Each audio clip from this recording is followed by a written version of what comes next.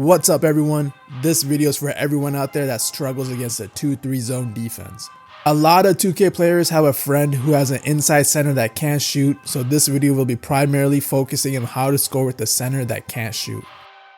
I'll show you my favorite way to attack the 2-3 zone defense.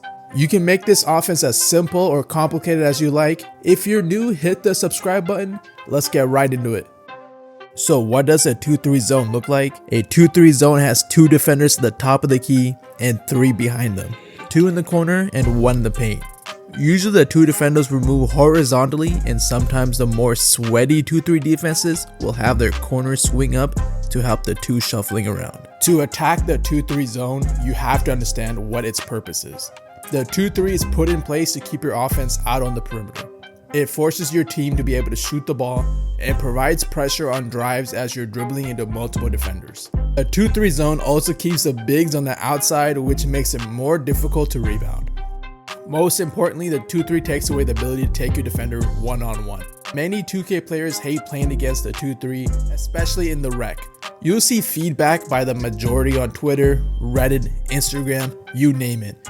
Players want to hoop and do their own thing instead of working as a team and taking what the defense is giving them.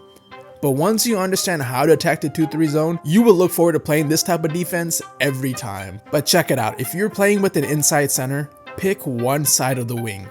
Then have the center hold the screen.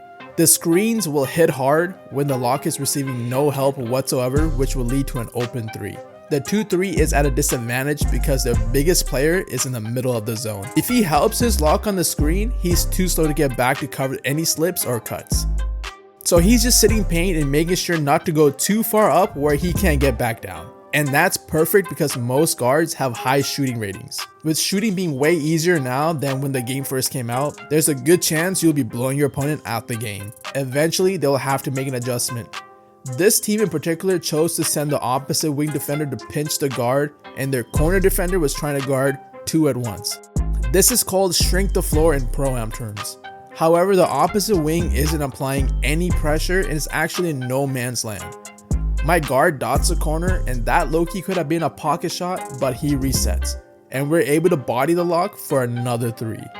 Now I know some of you are thinking, Boardman, these dudes are bots. There's no way it's this easy.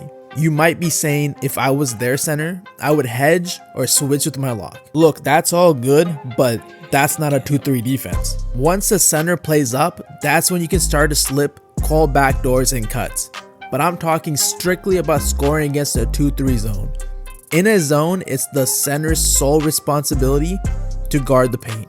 And as you can see, this defense is really easy to score on, and that's why I believe it's one of the worst types of defenses to run in 2K. It's the best in the rec for sure, because like I said, dudes just cut to the paint and run around aimlessly for no reason. But against teams and players that know what they're doing, the 2-3 just has way too many weaknesses to be useful in 2K. If you're not playing super comp teams, especially in the rec and ranked Pro-Am, everyone has their tendencies. They're going to play low, then try to play high, then maybe try a different zone, or even start crumbling entirely. They're going to start getting mad at each other. The communication is going to be terrible because you're picking them apart. As you can see, we are absolutely blowing out this team. But you're also seeing what happens when we don't stick to the script.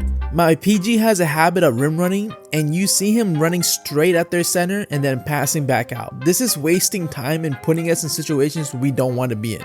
But he's learning like we all are, and I can't even be too hard on him because he's putting on a clinic from the 3-point line.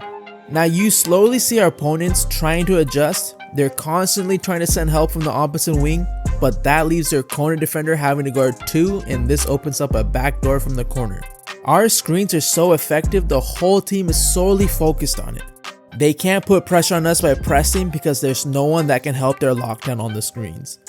In this video, I went over what a 2-3 zone defense is, what it's used for, and how you can easily score every time with the inside center. Give me some feedback and let me know what you think.